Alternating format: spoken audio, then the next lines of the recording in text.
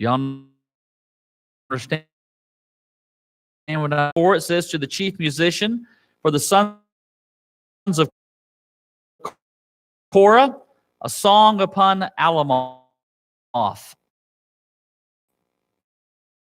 Now,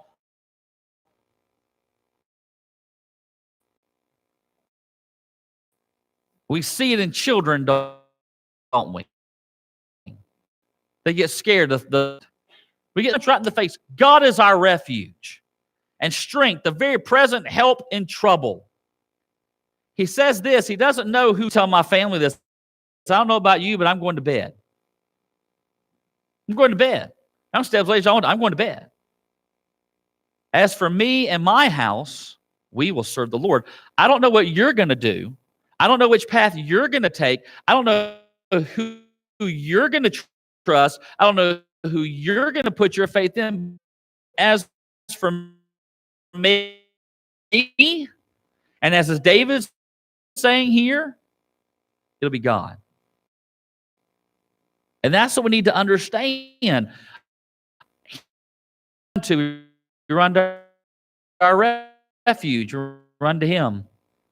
When the enemy comes and they say, we're going to kill you, or we're going to do you harm, that we run into our refuge. For some, that refuge is money.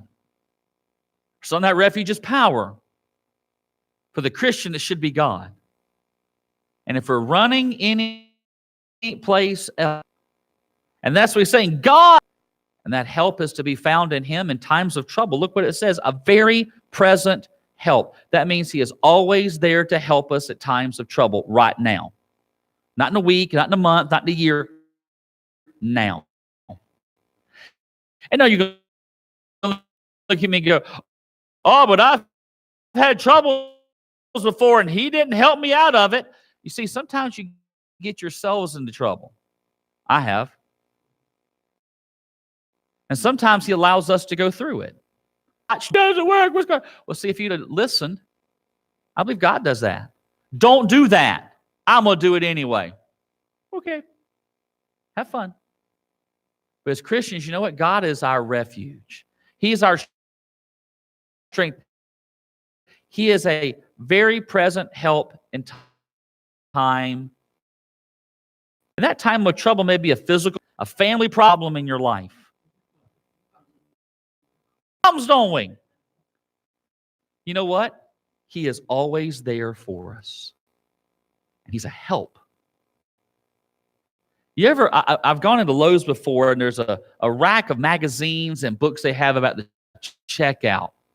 And a lot of them are DIY things, do it yourself. How to do this, how to fix this, how to go do. And you know what we need?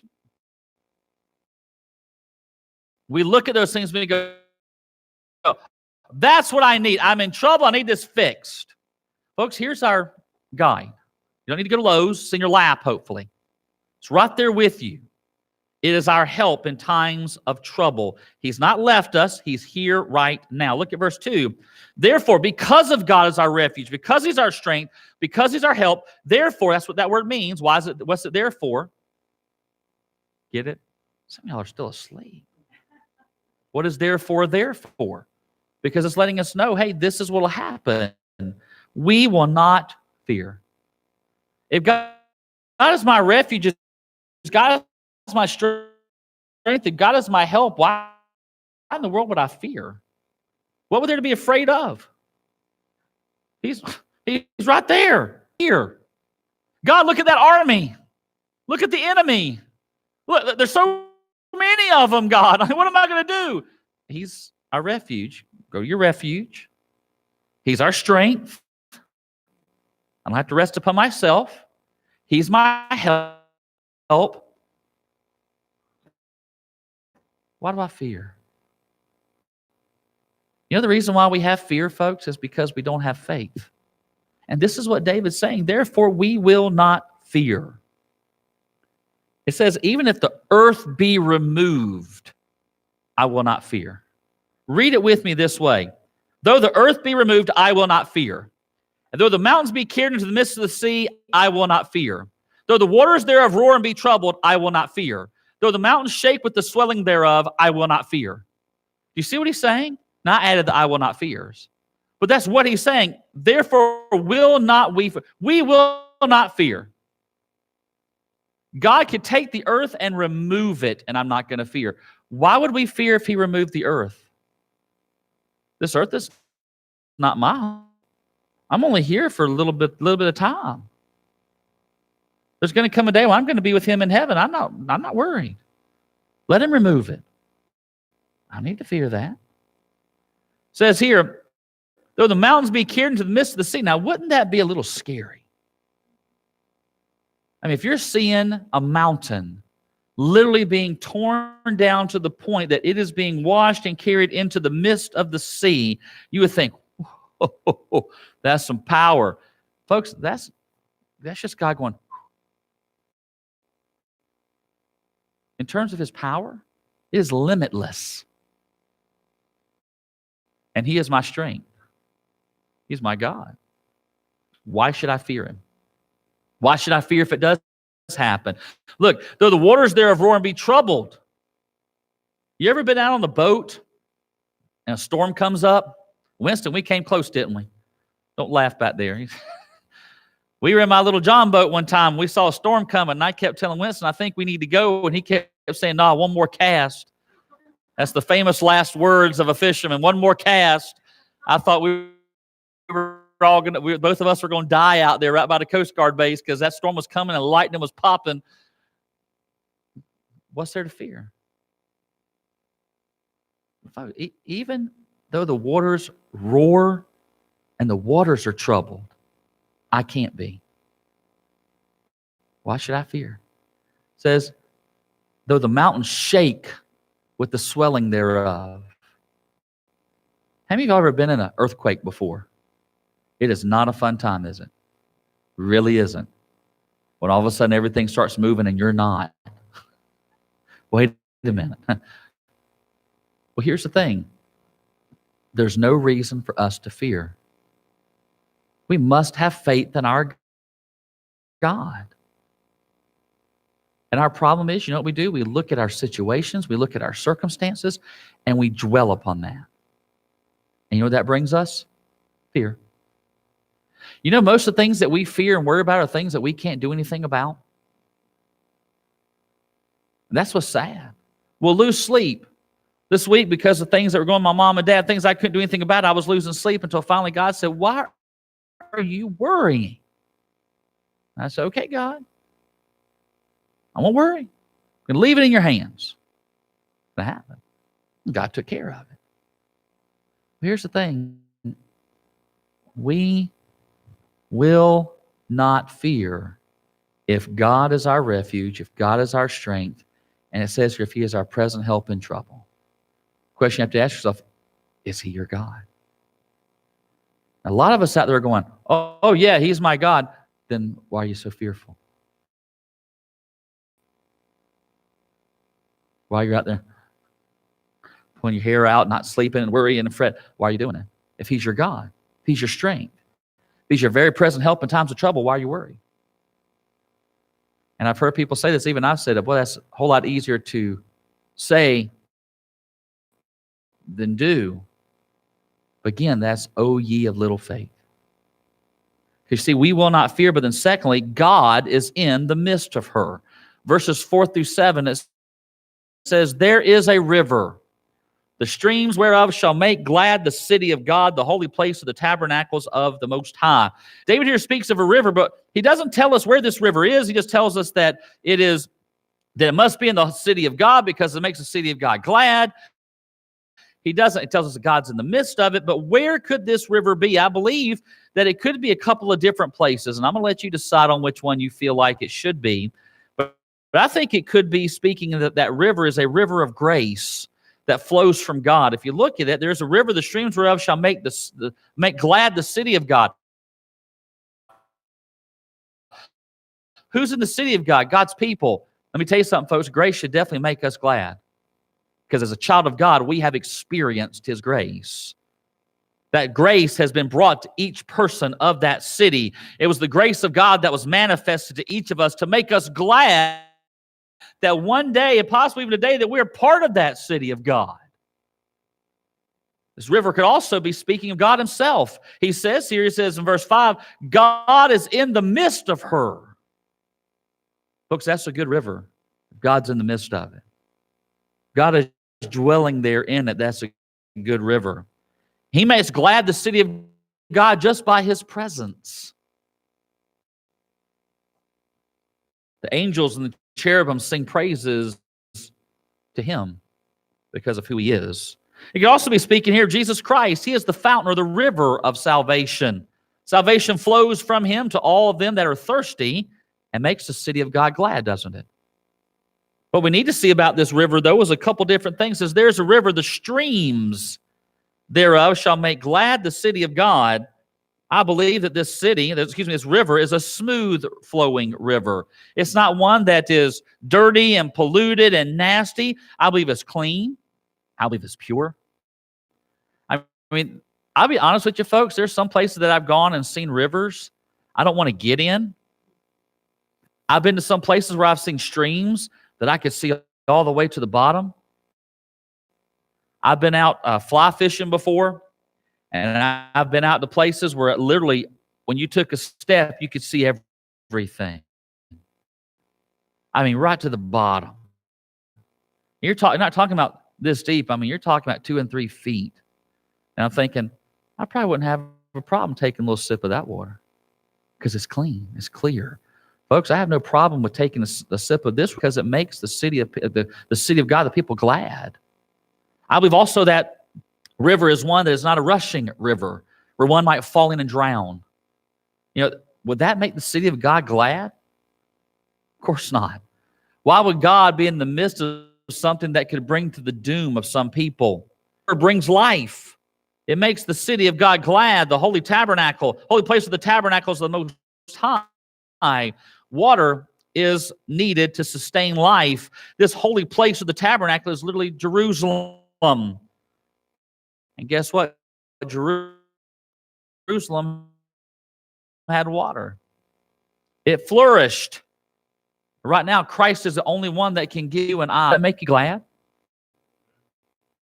It should.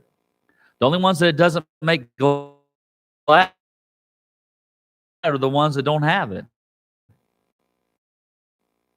Think about it. The ones that don't have that eternal life would care less. The river will not be moved. Look what it says. There's a river, the streams whereof shall make glad the city of God, the holy place of the tabernacles of the Most High. God is in the midst of her. She shall not be moved. God is in the midst, and no one will move her. The enemy may try to come in and move that river, but guess what? It'll never happen. The enemy will fail. God is there. God will help, as it says in the rest of that verse. God shall help her, and that right early. Now, let me ask you a question. Has Satan ever tried to thwart the plans of God? Certainly. What happened when Jesus Christ was born? They tried to get all the male children from 2 and under killed, didn't they? And they did, but not Jesus. They tried to do a lot of things to try to remove the lineage of Christ, and they didn't. He's still working on things today. And what has happened?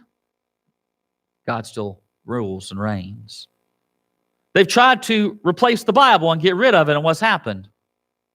Didn't work, did it? It's still here, the best-selling book ever, the Word of God. Look in verse 6. Because God is in the midst, the heathen raged, the kings removed, he uttered his voice, the earth melted. You see, they tried to get upset. They tried to do things. They raged. They got angry. We got to get rid of this God. We got to get rid of this book. We got to get rid of these things. We got to remove him altogether. The heathen raged. Tells us here, that's part of that verse that says the kingdoms were moved. What can we do to remove Christ? Folks, there's a lot of nations today that are doing their best. Even our own, trying to remove Christ. You know, they tried to remove him one time before by crucifying, by falsely accusing him. Satan thought he had won. He thought God had lost until that grave opened up and Jesus Christ came out victorious. Thought he had gotten him. I got him right where I want him.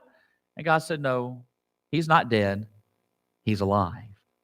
And folks, he's seated at the right hand of the Father right now for us. He defeated death. He had victory over the graves. And folks, that's why we can be secure in our salvation. It says here that in verse 7, the Lord of hosts is with us. Does anyone know what the Lord of hosts means? Lord of hosts, the Lord of warfare is with us. The God of Jacob is our refuge. Again, why should we fear? Instead, we should be secure. I've told you this story before, but I remember as a child, whenever we would have thunderstorms, like we just heard the thunder a little while ago, looks like it's gone already. Didn't last but a second. Thunderstorms would come, and I remember as the winds would howl, and I did not cure in my own bed. But my dad would have none of that. My dad would say, get in your own bed and be quiet. I'm trying to sleep. I've got to get up in a few hours. What are you doing waking me up? And so this is what I would do. I would sneak into their room, and my dad hated sleep. As the storm came through and ripped our roof off, I know my dad was not going to be the one to be able to hold me down if God took me out. But I was more secure in him than I was in myself. Even when I shared it with my brother, who was 6 years older than me, I was like, my brother's a chowderhead. I'm not going to depend upon him. Dad, I depend on. My brother, if a storm came through, he'd be the first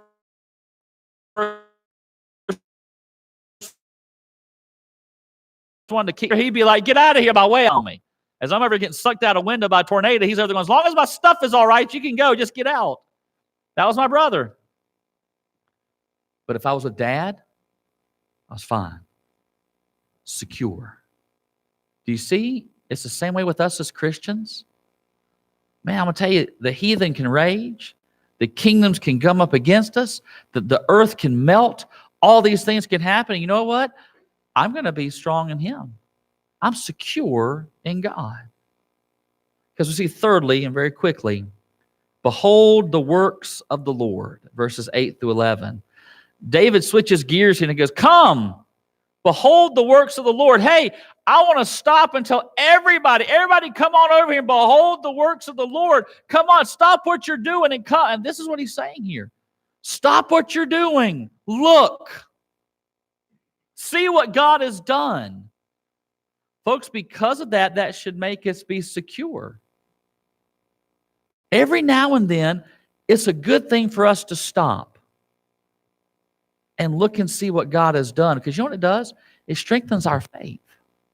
We look back at the road that we've traveled and we go, man, he's brought me all the way from there to here. Wow. How many of y'all can remember where you were at 5 years ago? Some of y'all are going, I remember 5 minutes ago. Well, that's 5 years ago. Think about where you were spiritually 5 years ago and where God's brought you from that point to this point, how your faith, I'm hoping, has increased. That just makes it a little more secure. I guarantee you don't get as fearful or as worrisome now as you did 5 years ago if you're growing in your faith. Is there going to be some worry at times? Yeah, you might be. But look back 5 years ago and see how you've grown. You see, let's behold the works of the Lord because that's the work of the Lord in your life. That's not through anything that you've done. That's through what he's done. And he's saying, come, behold the works of the Lord. Look and see what he's done. View the remains of the enemies of God. That's what he's saying in verse 8. What desolations he hath made in the earth. Come, look what he's done to the enemy. He maketh wars to cease unto the end of the earth. He breaketh the bow and cutteth the spear in sunder. He burneth the chariot in the fire. Come, look and see what God's done. Look at what man has tried to put up against God and God's people, and look what God's done. The bow, oh, he just snapped that. The chariot, he burned it up. All those things that we have been so worried about and so fearful that the enemy has been riding on and coming in, and the spear he's tried to take, he just snapped them in half. He burned it up. He says, what are you worried about? Why aren't you secure in me? Because look at the next verse. Be still and know that I am God. Folks, I think this is something that we do not do. Have you ever seen a 3-year-old be still? Normally when they're sleeping. That's about it. And sometimes even then. I mean, they're not still. My grandfather used to call my sister Lightning Bug because she could never be still. I mean, this is when I was a little boy. I remember him going, Lightning Bug, come here. My sister was all over the place. I mean, to sit and eat was hard for her because she had to be still. Abigail, when she was little, she was the same way.